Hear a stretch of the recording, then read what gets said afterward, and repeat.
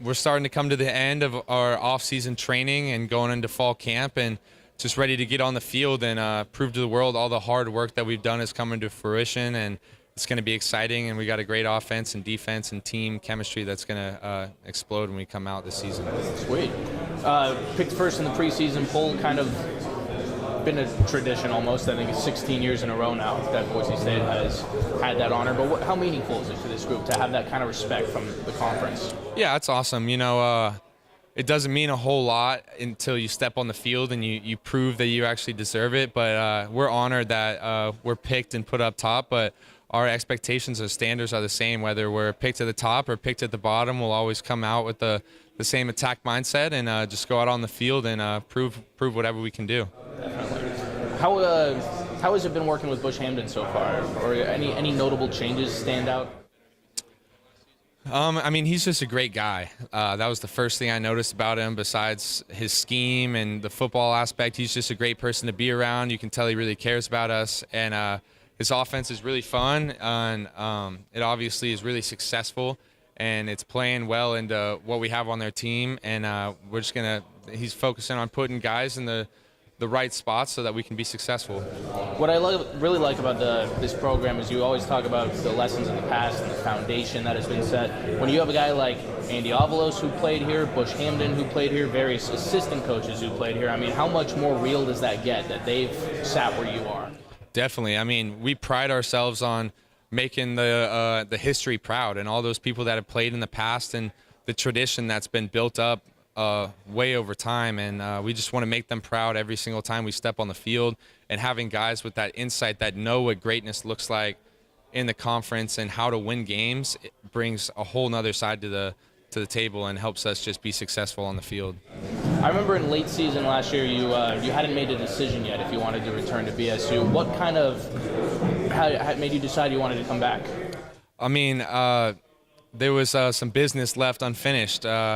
We have our goal of winning a championship in a bowl game, and we didn't get that done. We only got halfway, and I wanted to come back. I still felt that sting from the loss, and just another guaranteed year of football is a blessing to have, and I wanted to take full advantage of it and just be around some of my best friends and just being able to play the sport I love.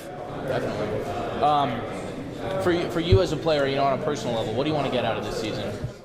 I definitely want to just grow as a leader. That's kind of been the key thing that I've been working on, and it's been starting to expand more and more, and then just help out anywhere I can in the offense. And this team is so close, and we're unified together, and I just want to be able to grow into a role where I can help the team no matter what we're doing, and just be a leader and leave a legacy for the guys below me. Do you hope to see more tight end usage in the passing game, though? Like I said, I'm fully capable of, I feel like, going out, running routes, catching touchdowns, and but I will absolutely do anything that needs to get a victory. And I know that's going to come my way, and I'm just happy to be able to go out and do my job and help my teammates be successful. And we have a great offense, and it's just going to be exciting to go out and play. Even last season, you were one of the guys that a lot of the younger guys would pick out as a vocal leader, a guy that they could learn from. What does that responsibility mean to you?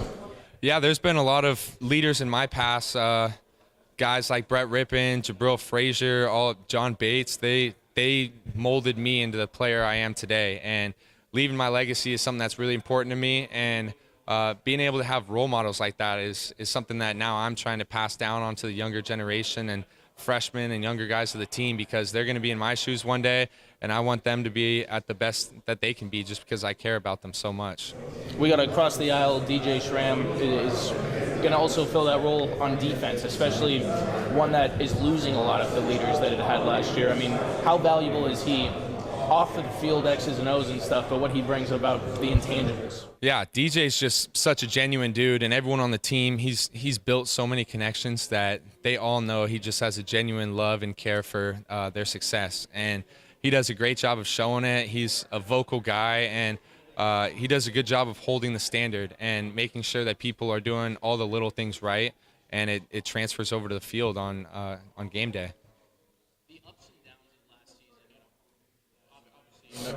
So many to points in the season to look at. How much do you think that helped guys like Taylon Green, Ashton Genty mature and grow from all the ups and downs? Yeah, adversity definitely breeds growth, and being able to see them handle it the way they did and bring success to the program is awesome. And it's not only just for young guys like them, but for guys like me and DJ. That adversity helped us grow so much as leaders and as players in the game, and I'm excited to see all that adversity that we overcame carry over into this season. A lot of the guys we talked to today, when we say like, hey, what games are you circling is an important one, Boise State typically comes up. Do you like being a guy that, or a team that everyone wants to knock off? I mean, it's awesome knowing that we're getting every team's best when they come to play us. And there's so many great teams in this conference, and every single week we know that we're going to have to play our best brand of football because they're going to bring it. And it's just awesome to see, and there's always some great competition. So it's really fun, and we're just ready to play each team one by one and take them seriously because you can't overlook any team in this conference. Where do you think Taysom Green grows this season? I think he grows in just his all-around maturity, and decision-making is a big thing for young QBs. I mean, the experience comes, and they start picking stuff up little by little, and him making plays and expanding the pocket and doing stuff like that and just being smart about it is a huge step for him, and he's already done such a great job over the offseason, and it's going to be cool to see it continue to improve.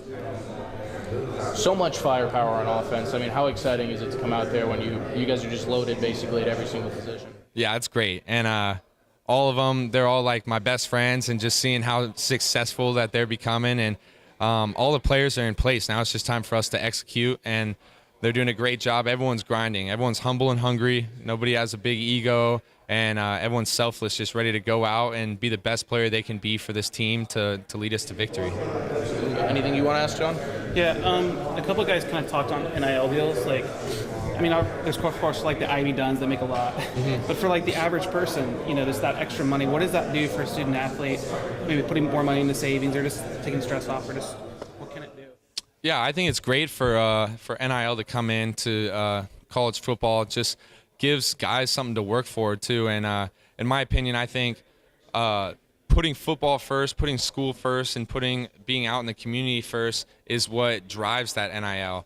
And if guys want to make that money, they have to first take care of all their other business. And so NIL's honestly making it good for guys to start chasing perfection in their lives so that they can end up getting this money that's helping us out. Do you think players are handling it responsibly, though, keeping football first?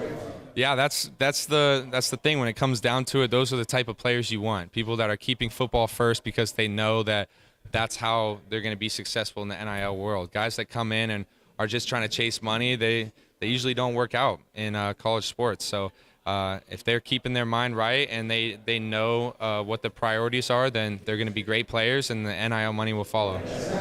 Maybe one last one that I had. A lot of guys kind of talk about Taylor Green kind of getting to the edge, and then once he gets gone, the edge, he's gone. I mean, you're kind of an edge guy, right? And kind of, what does it mean potentially to seal that guy? Yeah, no, it's super important for me. I mean, a lot of them are just like, it's that one block that'll spring him free, and so I know I have a lot of importance on that, but I don't have to hold him for too long. He's so fast that I just got to get in the way for a little bit, and he'll turn the corner and he's gone. So he's definitely a special quarterback, and it's fun to be able to block for him. All good. Hey, thanks so much, Riley. Awesome. Looking forward to camp kicking off, man. Yes, sir.